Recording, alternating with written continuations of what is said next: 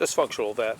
As you can see, I am in the process of opening up a couple of windows here so that I can get the backhoe in and excavate this and get it dug out.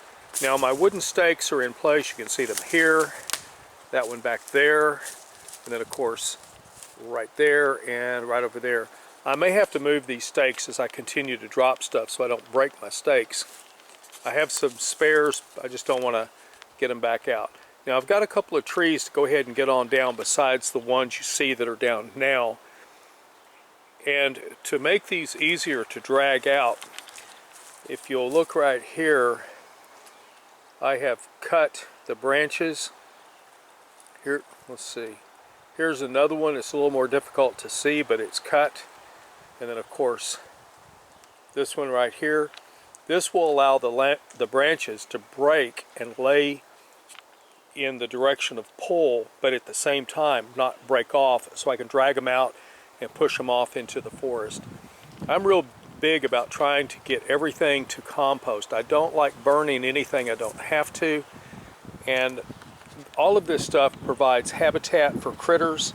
I like critters. I really like my lizards. I like everything that I've got. Unfortunately, the copperheads are coming out, and I've got snakes, and the dogs get bit, and I put my veterinarian's kids through school or buy his wife a new Lamborghini. Anyway, so I'm wanting to get the rest of this down, and when I get this all cleaned out, I'll show you what it looks like.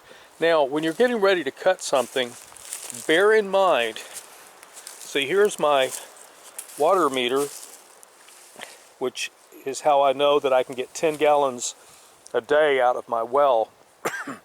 That's 10 gallons with sunlight. If I don't get sunlight, I won't get that much.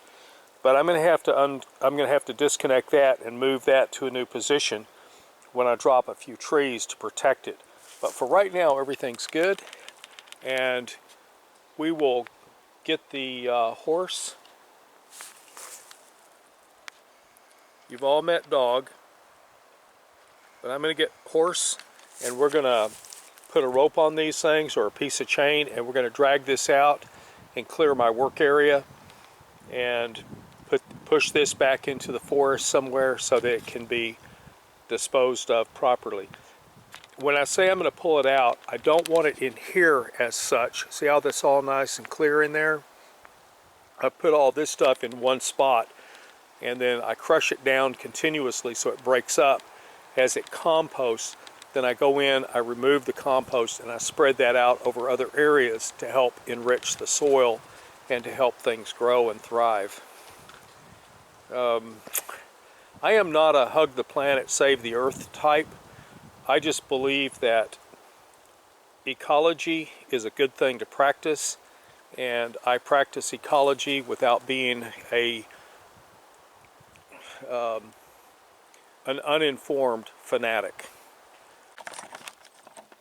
As you can see, I've cleaned up the debris field, got all the pieces out of there, plus some of the other stuff.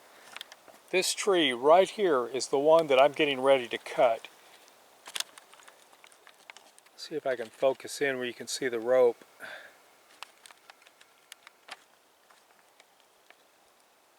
There's the rope right here. Let me find it. There's the rope.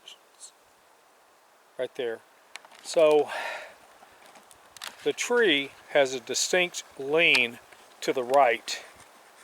The wind is out of the left coming this direction, which with that lean and the wind means it's going to want to go to the right.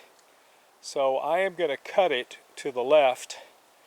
I'm going to notch it to the left, and I'm going to back cut it, and I'm going to leave more meat on the stump of the tree on the left hand side to cause it to swing more left, and then what I'll do is I'll winch it down. Now, one of the problems I have, now you can see where the rope is coming down, and there's where my snatch is right down there, and then it comes across and I'm winching it there. I have an escape route that goes this way, and I can also just continue back into the forest. The problem is that's a fairly tall tree, and if it starts to come down to the right, which is a possibility, because once the tension comes off that rope, it's going to fall wherever it falls. It could still smash me. So this is going to be a slow process, and I may actually winch the tree down, cut through it, winch it, cut it, winch, cut, winch, cut, winch, until I bring it down the way I want. There's no reason to get hurt. If you saw my Dunning-Kruger film, which I make fun of people that don't listen to good advice, tree cutting's dangerous, and I am not going to screw around with a tree of that size. It will hurt you. Got another tree down right here, and the trunk is right here. I've dragged some of it out. Anything I can drag out and put on the sawmill, I am.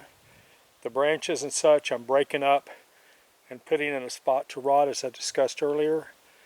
I've got 4, 5 trees to get down, and I'll be ready to come in here and start digging this out with the backhoe.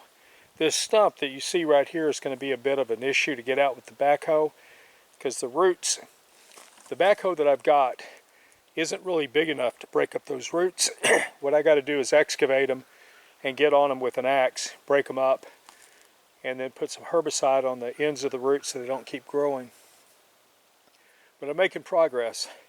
Cut them down, clean them up as I go. It is considerably later. As you can see, everything is a whole lot different from the setup yesterday. There are no vines or anything like that. There's no Dunning-Kruger humor being presented. One of the stakes goes right here. Got the stump. The other one you can see has been knocked down. This one is still standing. The backhoe has been set up in order to dig this out tomorrow, and what I'll be doing is I'll be digging the dirt up, setting it over here, and then from here I'll lift it out and take it, put it somewhere where I can use it for something. But it has quite a bit of material to be moved. Got to dig this stump out, dig that stump out. But you can tell that I got quite a bit done today. It was slow going. I had to set the rope, run the rope through the forest, tension it, cut, tension, back cut, tension, back cut, tension, back cut, and then cut the thing through and get it to fall down, then do the cleanup. So it's slow going, but it can be done. It can be managed. Thank you for watching. Dysfunctional Vet out.